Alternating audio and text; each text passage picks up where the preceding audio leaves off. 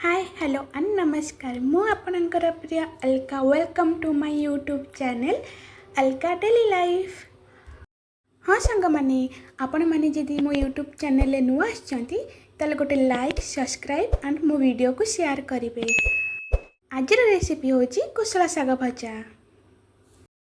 एठी आमे किछि कोसला साग को 4 ରୁ 5 थर भल भाव धोई गोटे सुखिला प्लेट रे रखिदबा।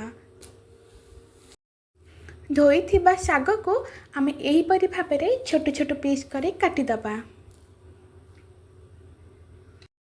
एठी मो गोटे कड़ाई को गरम करी ताथिरे सोरिष तेल ऐड कर देइची।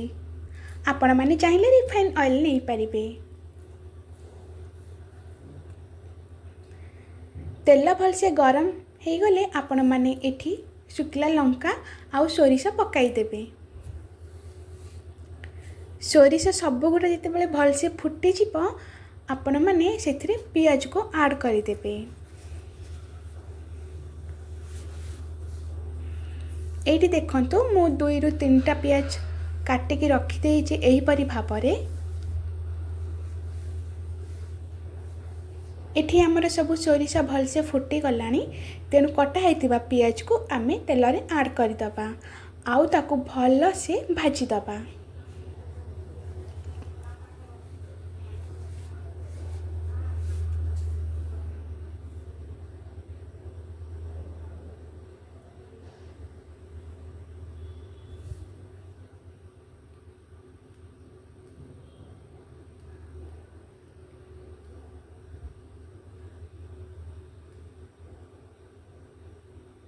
पियाज को आमे एही परि भाबरे 2 ରୁ 3 मिनिट भाजिबा।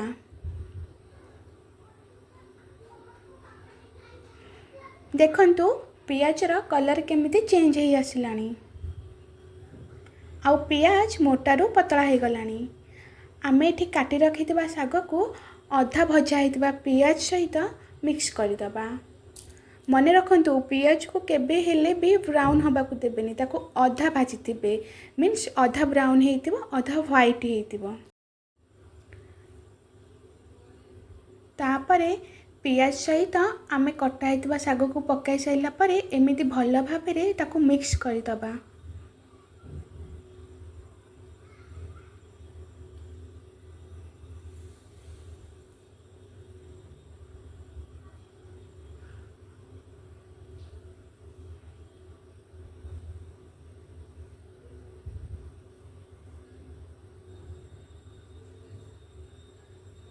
सेहितिरे स्वाद अनुसार लुण पकाई दबा।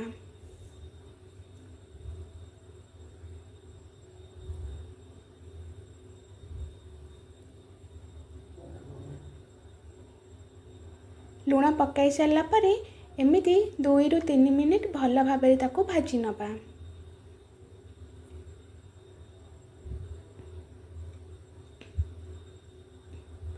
देखंतु ताको 2 ରୁ 3 मिनिट जिते बेले भल भाबरे भाजी नेबे ना एमती सागरू पानी बाहरी जिवो। आपण चाहिले से पानी को काढ़ी पारिबे, नहले से पानी सेमती रही रही मरी जिवो।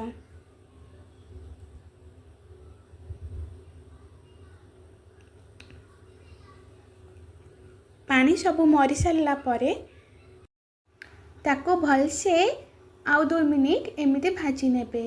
हाँ सांग माने यही साग भजा को ना आपण माने पखाल सहित खाइले बहुत टेस्टी लागिबो।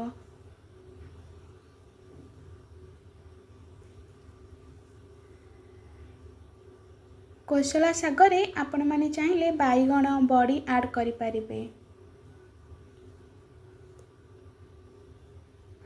एठी मोर कोसला साग भजा रेडी हो जाइछि।